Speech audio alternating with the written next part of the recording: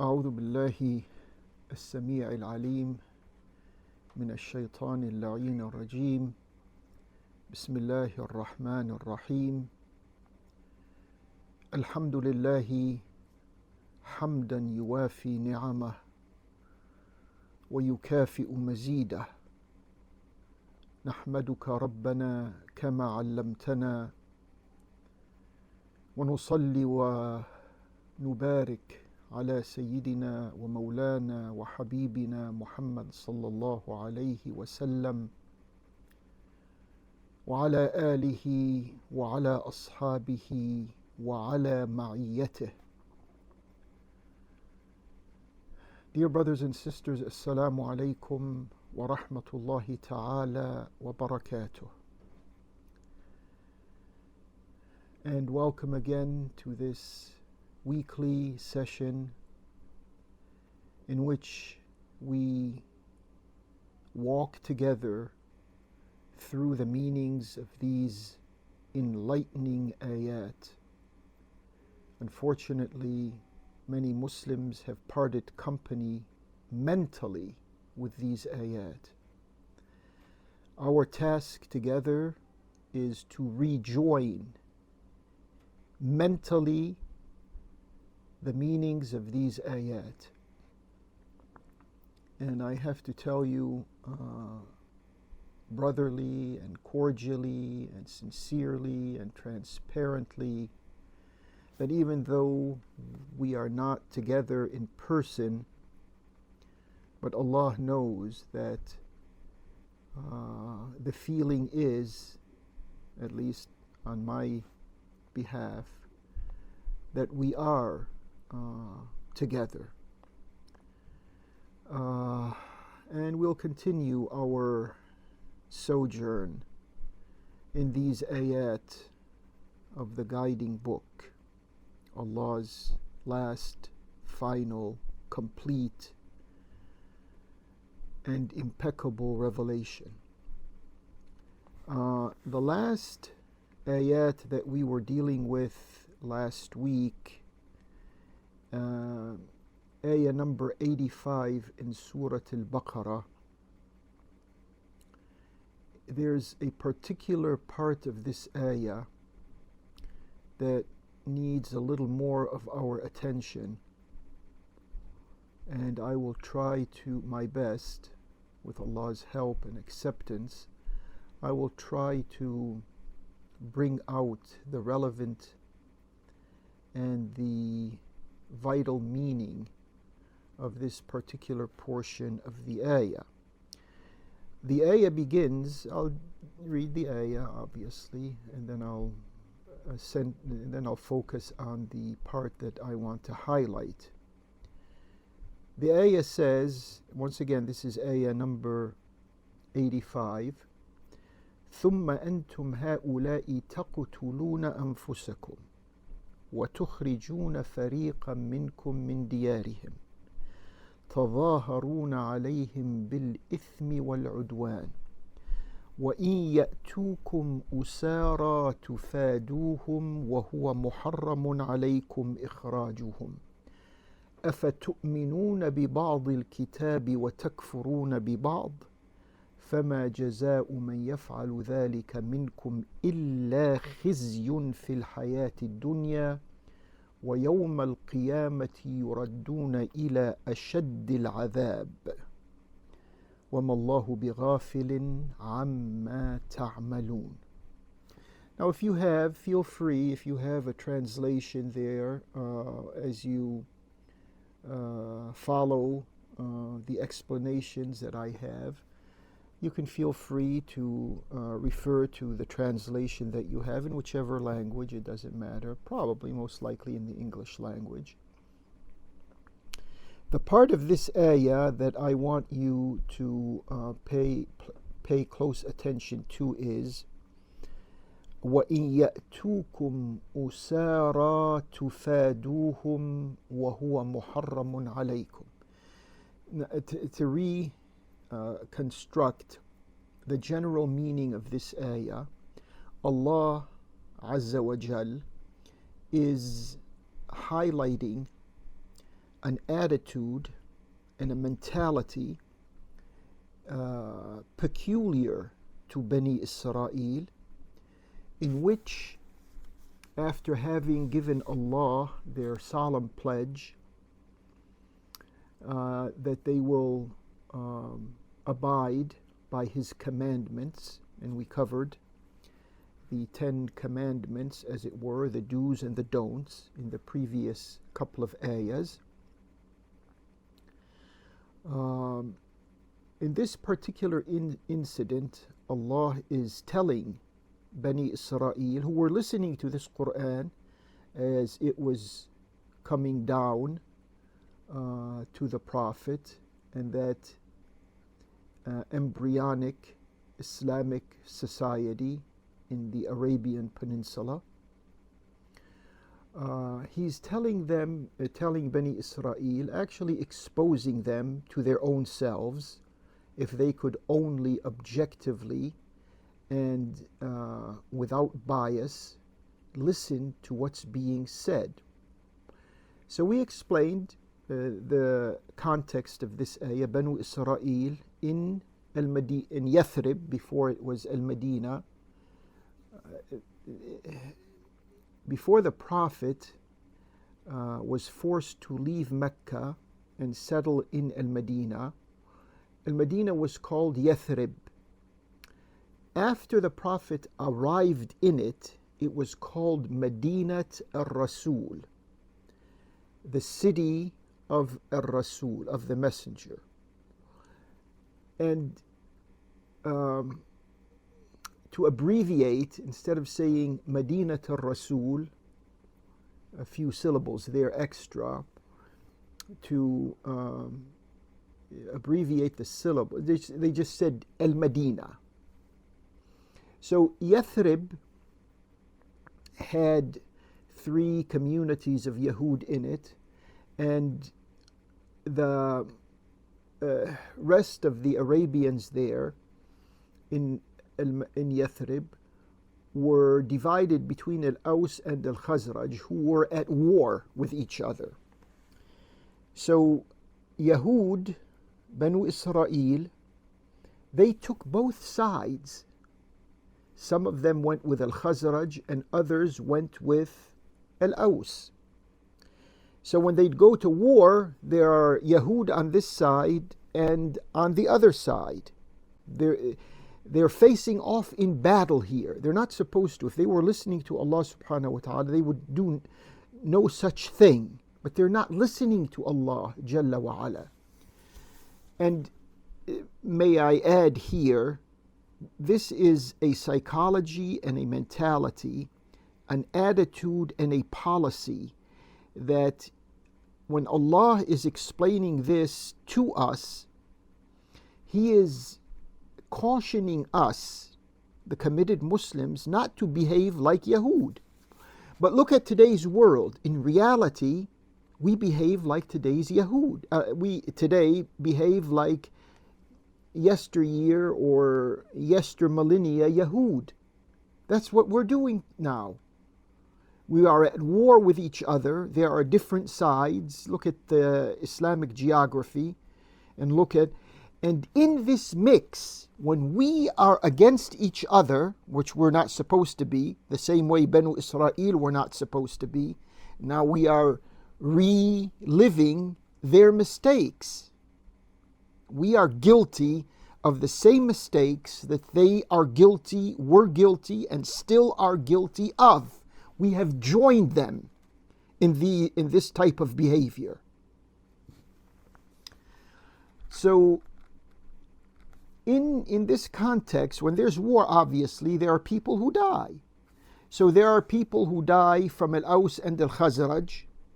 Just like in today's world, there are Muslims who die who are on the right or on the left, or who are one nationalism versus another, or one sect killing another, and vice versa. This goes both ways.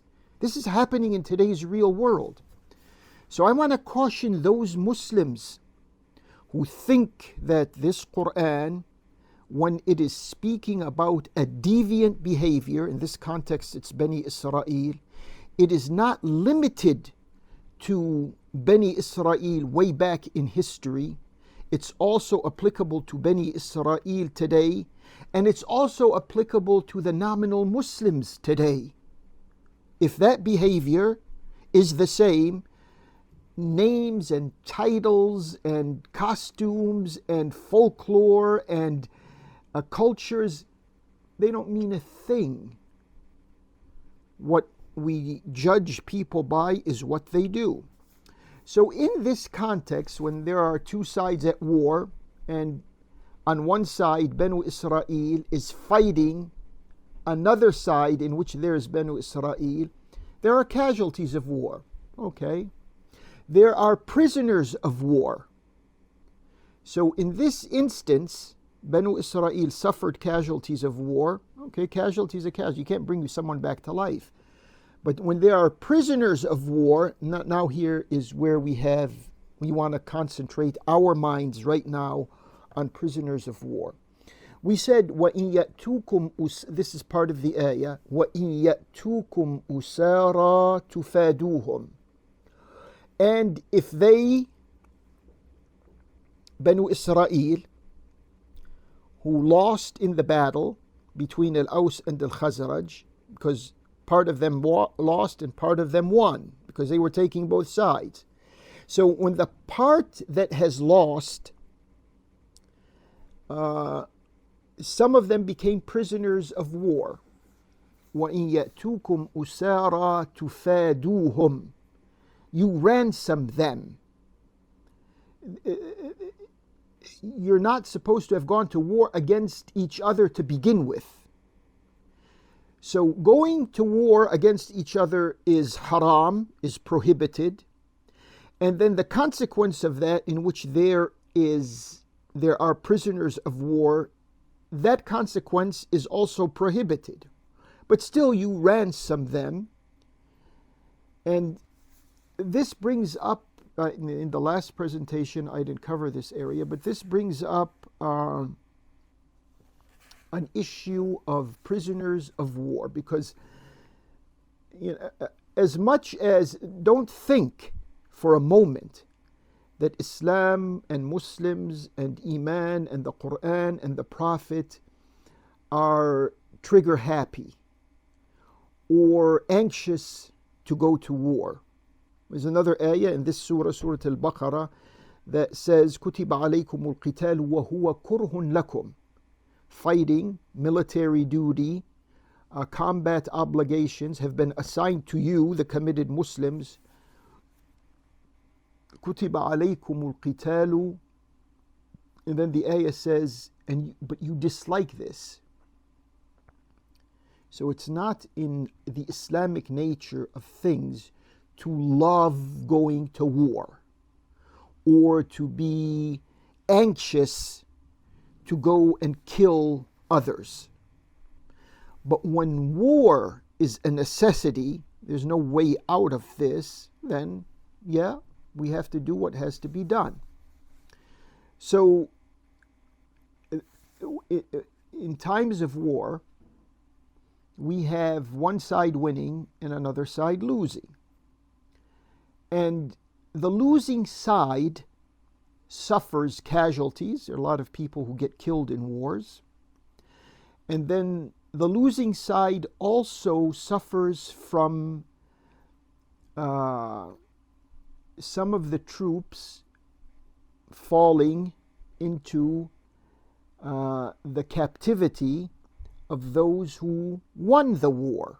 This is the nature of war. All over the place, all over the world, in every era of time. This is how things are.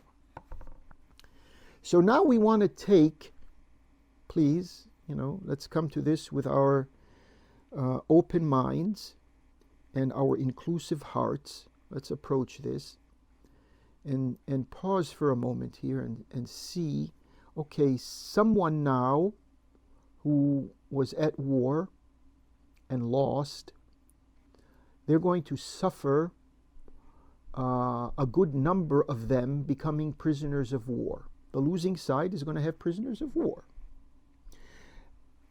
When we take a look at this in previous generations, way back then, 1,000 years ago, 2,000 years ago, in those ancient wars,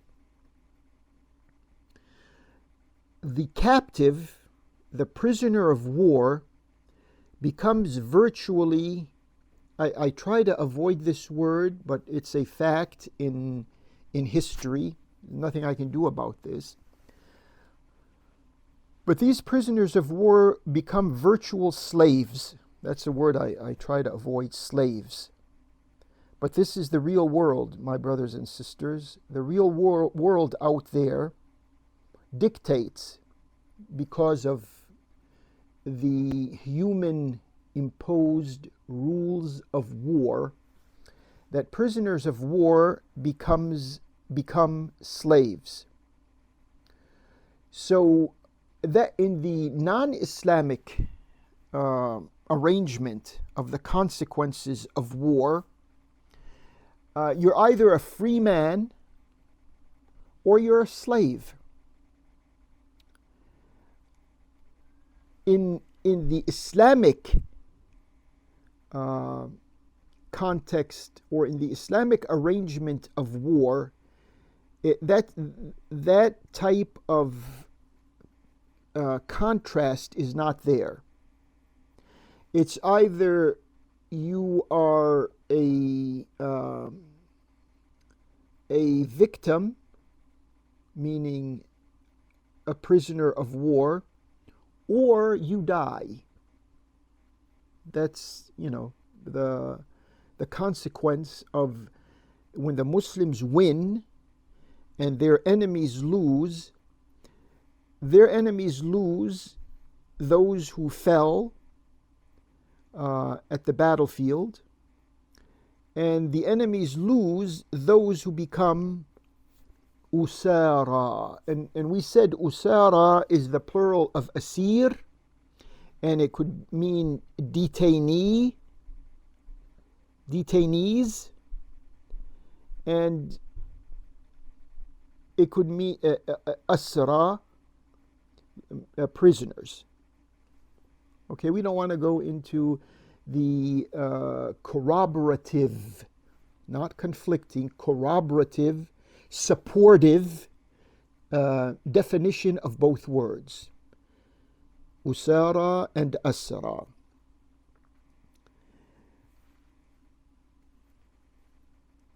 In another ayah, I think it's Surah Muhammad alayhi wa alihi salatu wassalam, there's an ayah that describes what has to be done with those enemies of Muslims who now become prisoners of war. It says either fida or man.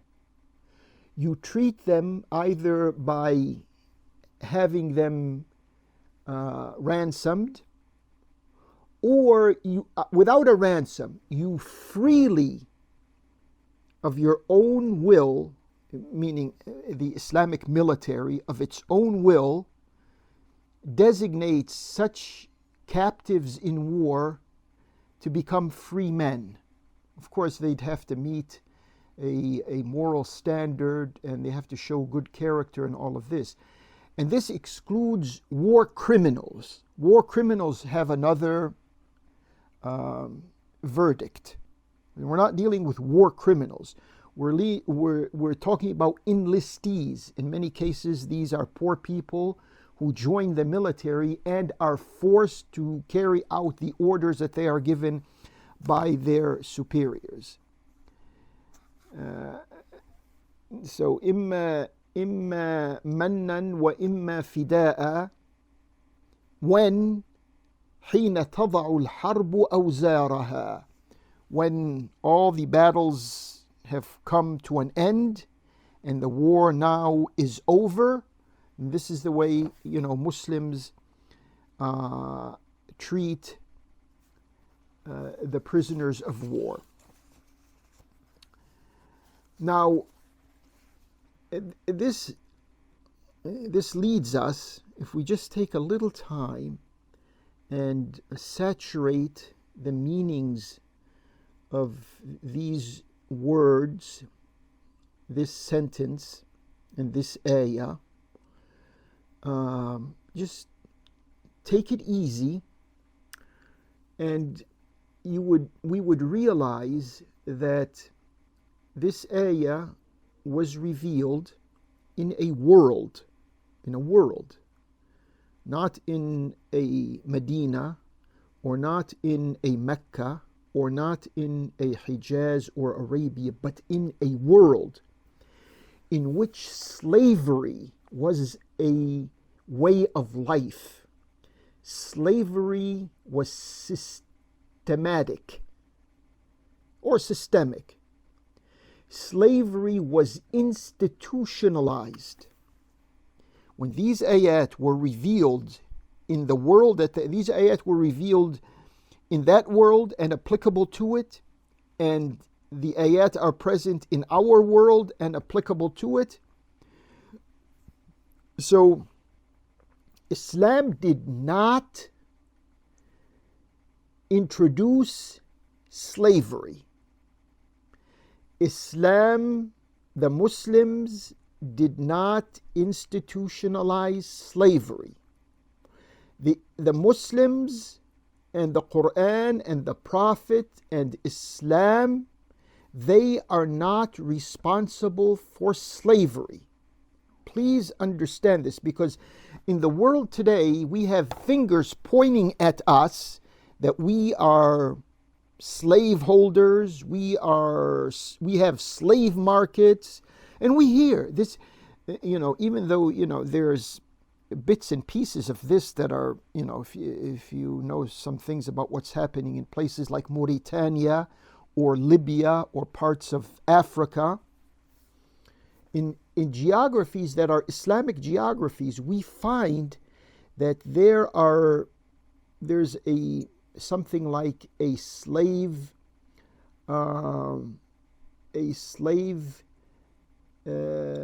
marketing process. Let's call it that. Or people who are sold as slaves. This is it's very hurting to say such a thing, even though we can't generalize, say all, because some Muslims are criminals, therefore all Muslims are criminals. Some Muslims are dealing in slavehood, so all Muslims are guilty of that. That's wrong. We can't generalize like this. But if it's a problem, we have to deal with it. And in dealing with it, we cannot say, look, Muslims are helping the continuation of slavery in the world. In those days, when landlords in the world of 1400 years ago, when they used to sell land, not everyone in the world and not in every place in the world, but these were institutions in different parts of the world where a landlord, if he sold land, would sell the slaves with the land. That's how demeaning this institution of slavery was. When these ayat in the Quran were revealed, and when don't think that I'm going on a tangent here, because those who fall at the war front and become prisoners of war, they have their freedom taken away from them. But they are not made into slaves. This is the point, the demarcation that has to be clear in our minds. So Islam did not legitimize, Islam did not legalize, and Islam did not institutionalize slavery. Islam came to a world in which slavery was legalized, legitimized, and institutionalized. Please keep that in mind. Okay. In the world, in the real world out there, as we look back at different parts of history and at different societies in that history, we find that slavery was rationalized in different ways. One way of rationalizing slavery was war. So if two armies fought it out, one of them won, the other lost, the winning army takes prisoners of war. Those prisoners of war become slaves. That was one avenue in which slavery was rationalized and, quote unquote, legitimized. Short of wars, less than wars, if there was friction or skirmishes between tribes, undeveloped civilized societies, there's also a winning side and a losing side. As a consequence of these pitched battles between tribes or among tribes, the losing side would have captives on the winning side. The winners take the captives and they make them slaves. In certain societies, in certain places, in certain parts of history, if a person committed a crime, he would ransom himself, he would pay the price of his crime by giving a member of his family into slavery. He'd say, okay, I don't want to, suffer the consequences of my crime, which may have been maybe 100 years in prison or a lifetime prison sentence or some type of execution. And that he said, instead of that, I'll give my son as a slave. That was another method of trying to rationalize slavery. Another method, and that's why slavery was predominant in the world. There was a lot of slaves in the world. Another method of explaining away the legitimacy of slavery is a person who was in debt. A certain person accumulated a lot of debt, let's say hundreds of thousands of dollars in today's equivalency, and he couldn't pay his debt. So how would he get rid of debt responsibilities? Say, okay, take a member of my family as a slave. That was all of these, remember, all of this was taking place not in an Islamic society.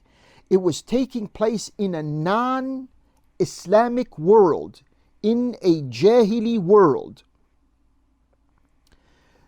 And there were other things along these lines that were promoting slavery.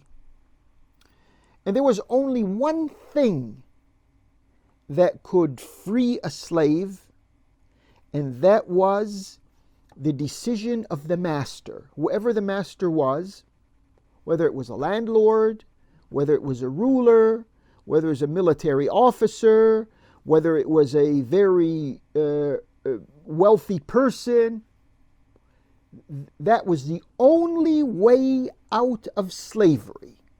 There were no laws, there was no system, there was no ideology, no religion that would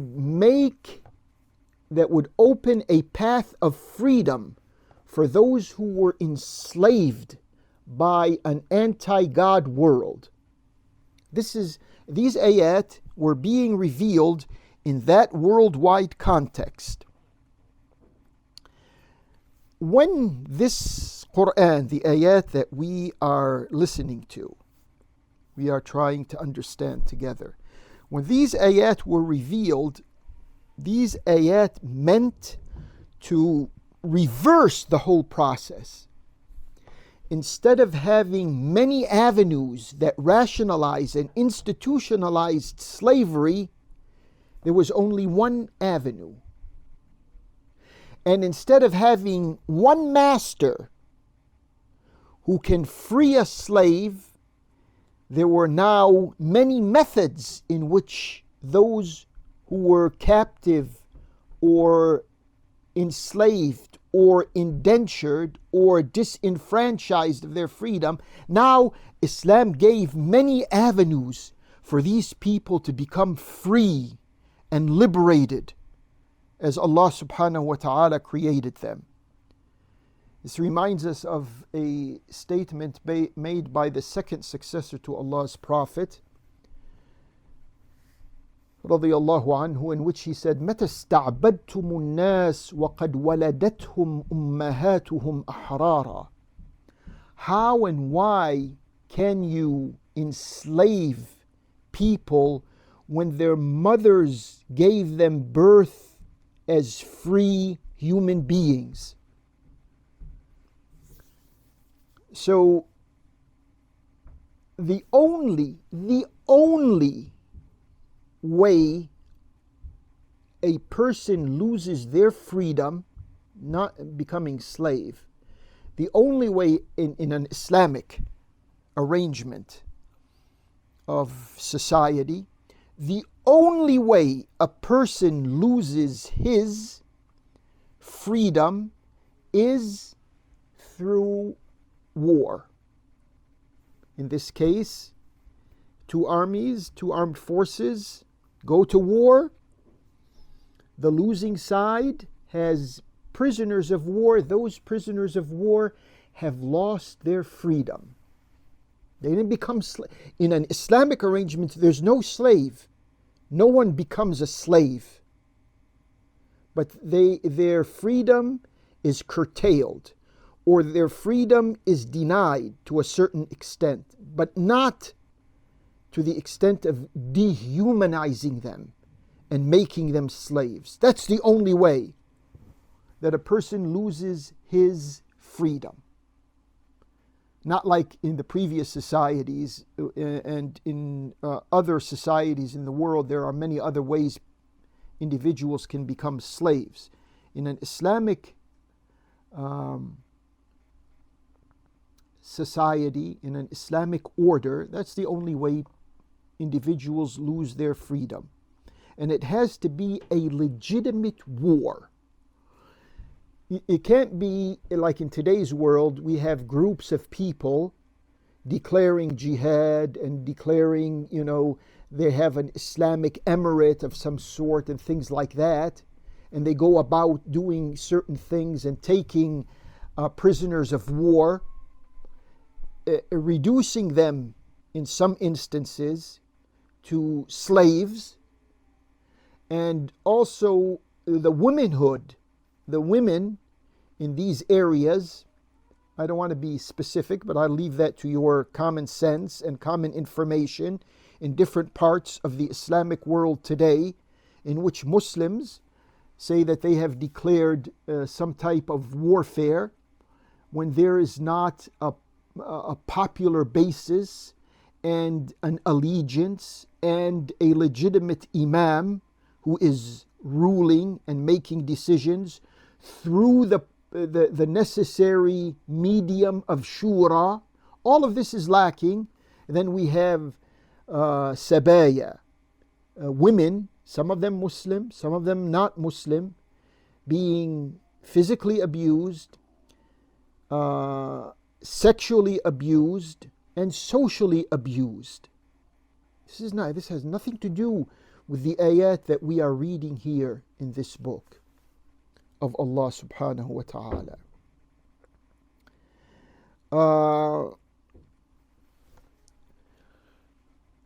So in a word, Islam, the Quran, the Prophet came to drain the worldwide swamp of slavery.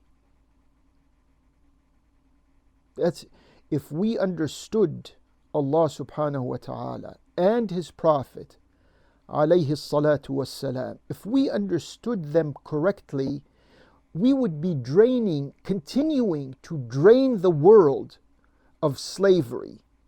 The crass and the in-your-face slavery, the primitive type, and also the more advanced, sophisticated, modified, and you may say decorated type of slavery.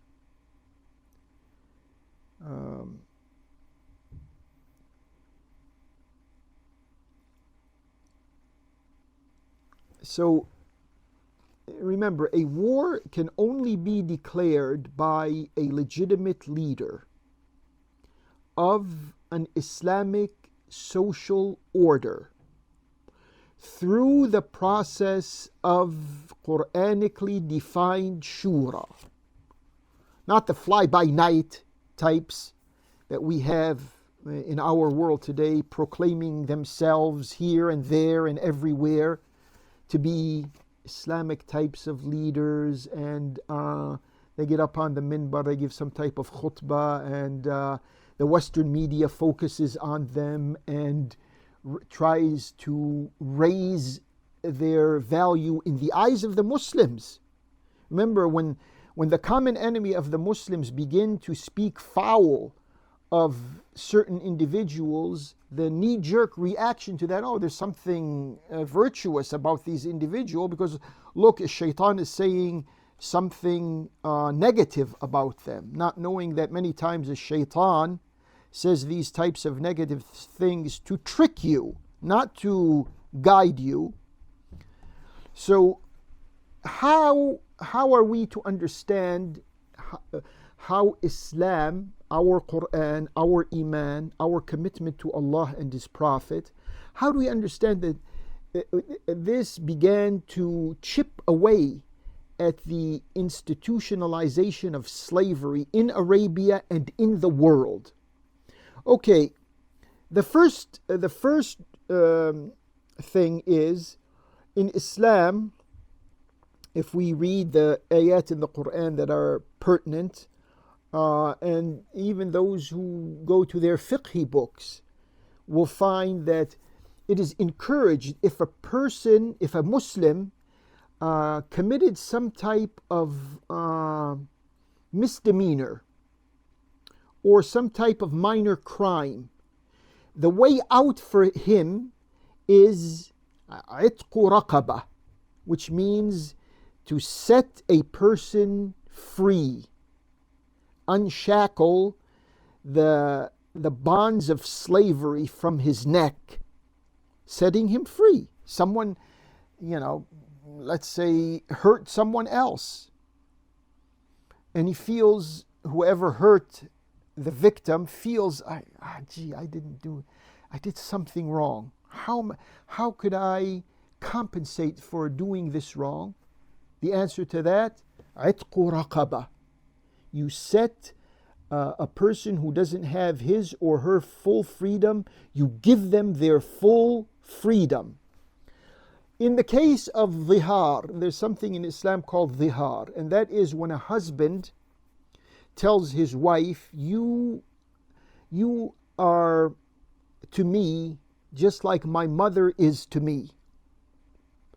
Meaning, I'm not going to have any sexual relationship with you, because now I consider you beyond my sexual appeal and livelihood. That's obviously a mistake. No husband can treat a wife like that. It's called dhihar. أنت علي كظهر أمي. The word dhihar is taken from the statement that the husband says to his wife, you to me is like the back of my mother. That's the literal translation of it, which means, I'm not going to have any sexual relationship with you. So if a husband falls into that type of moral mistake, it's a moral mistake, and he says later on, he catches himself, no, that was wrong, I shouldn't have done that. How can I pay for my mistake? Meaning, how can I rid myself of this moral deviation? عِتْقُ رَقَبَةٍ. You go out, you look for people who don't have freedom, and you free them. You give them freedom. What if a person swears? He vows, he takes a solemn pledge, he says, Wallahi, I will, and let's say, do something. And I never do it. Or he says, Wallahi, I'm not going to do something. And then he does it. That type of vow, by saying Wallah, emphasizing you're going to do something or you're not going to do something, and then you go against what you emphasize, then you feel, oh my God, Ya Allah, I took your name in vain. I abused your name. I shouldn't have said that. How can I make up for this? Allah answers, عِتْقُ رَقَبَةٍ. You free a person who doesn't have his or her freedom. Another avenue, these are all avenues that are draining the swamp of slavery in the world. Another avenue, and how many, when we take a look at the Islamic populations, how many people do these types of have these types of moral inadequacies or deficiencies?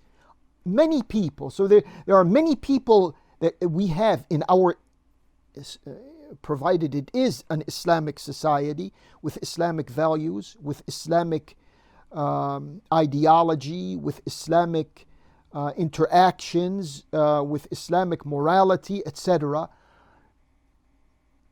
Another aspect, another avenue is, what if I intentionally broke my fast in Ramadan? Or when it is mandatory upon me to fast and I did not fast, I have no excuse for breaking my fast. I'm not a musafir. I'm not suffering from any serious ailment, etc. I just broke my fast. However way you broke your fast, how do I get rid of this? If you can't make up for the penalty, fasting an extended amount of days, then it would be to free a slave. So here we have it. The whole world has institutionalized and globalized slavery with only one way out of it, and that is the will of the master. The master says, you're a free man. The slave becomes a free man. And then they had all of these other mechanisms in which tens of thousands of people become slaves. Different avenues for becoming a slave, for ending up as a slave. And only one avenue out. Look at in our, if we did have an Islamic society with an Islamic frame of reference, morally, mentally, we have only one avenue in which persons lose their freedom. That is through war, when they become prisoners of war. And then we have all of these other avenues to have those who are slaves or those who have lost their freedom to become free again.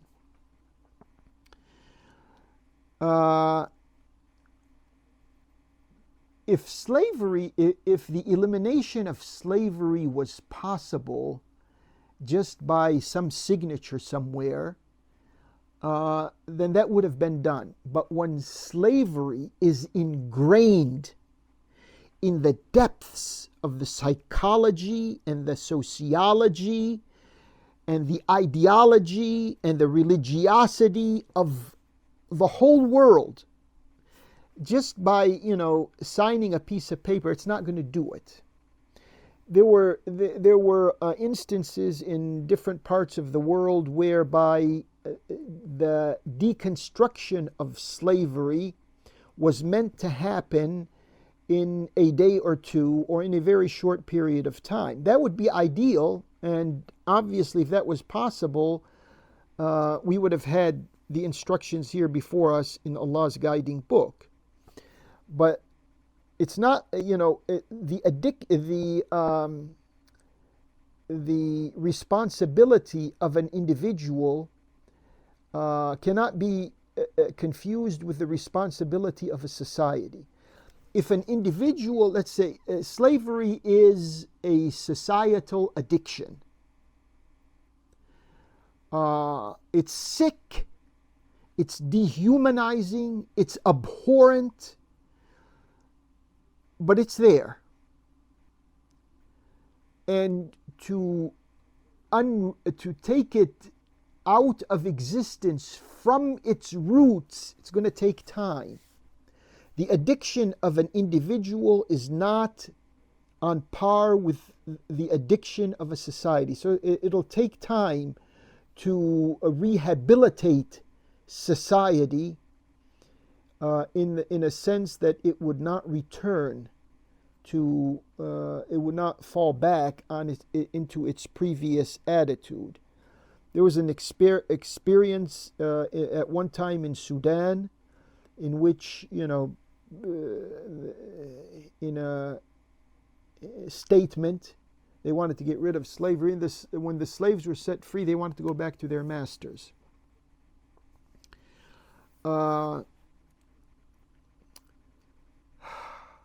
There's a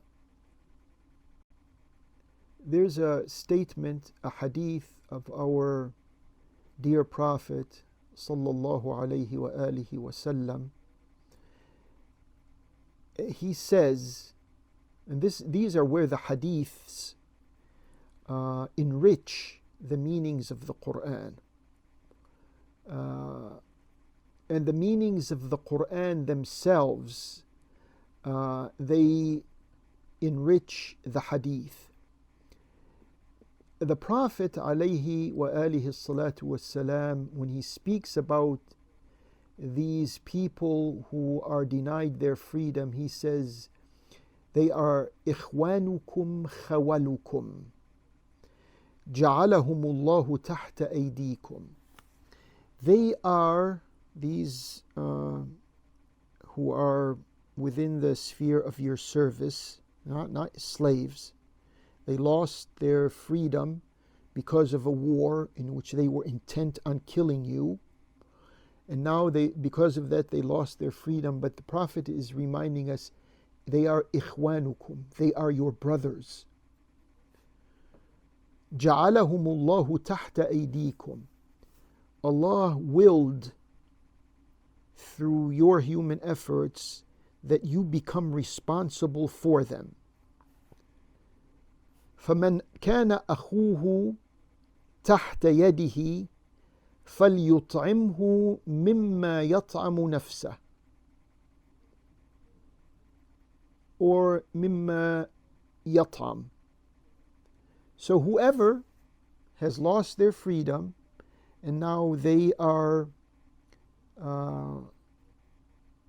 in the sphere of your service, not your slaves.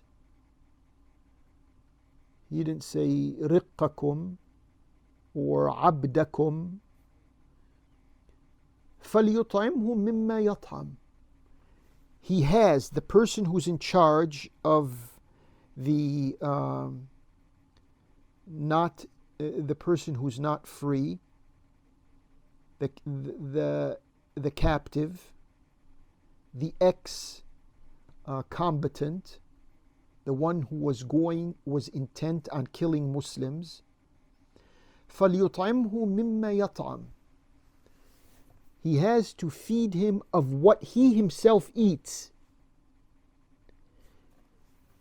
This person who's in charge, Muslim obviously, cannot be eating, let's say, meat and fruits and vegetables, and he gives the person who doesn't have full freedom, he only gives them, some bread and maybe some beans and peas and, something less than what he's eating. The same meal, the Prophet of Allah alayhi salatu wasalam is saying, the same meal that you are having, you give that same meal to the person you're in charge with. فَلْيُطْعِمْهُ مِمَّا يَطْعَمْ وَلْيُلْبِسْهُ مِمَّا يَلْبَسْ.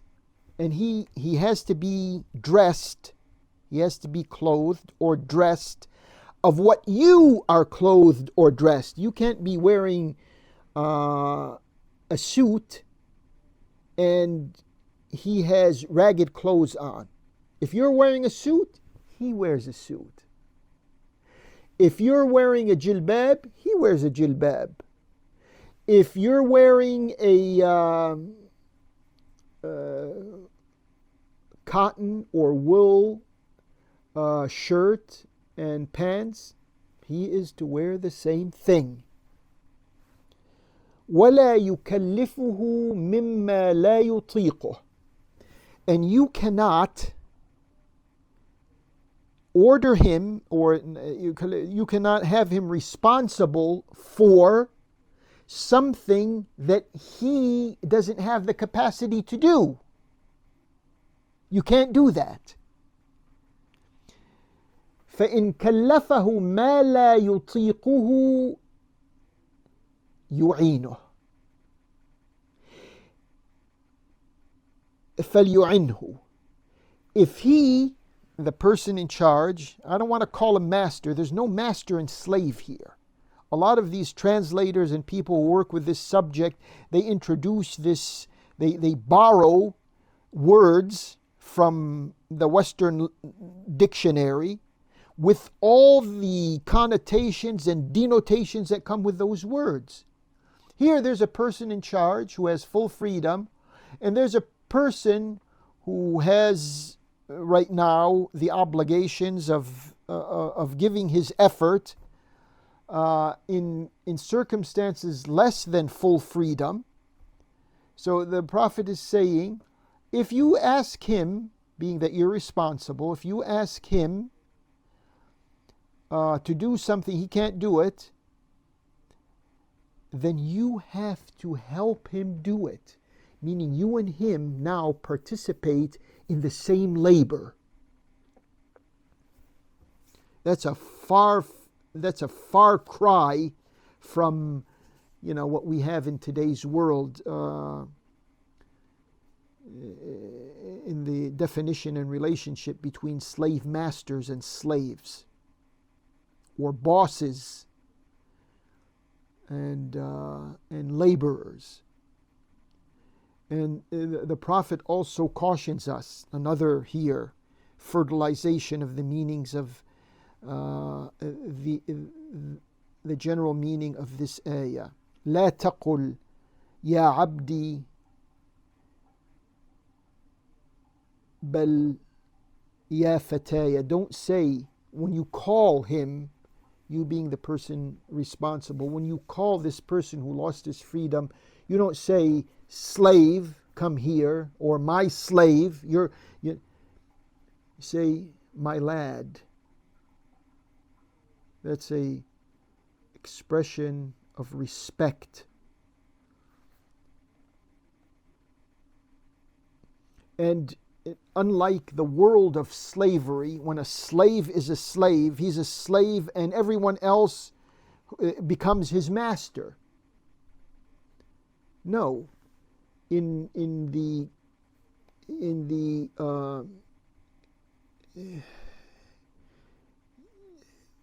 chipping away at this dehumanization,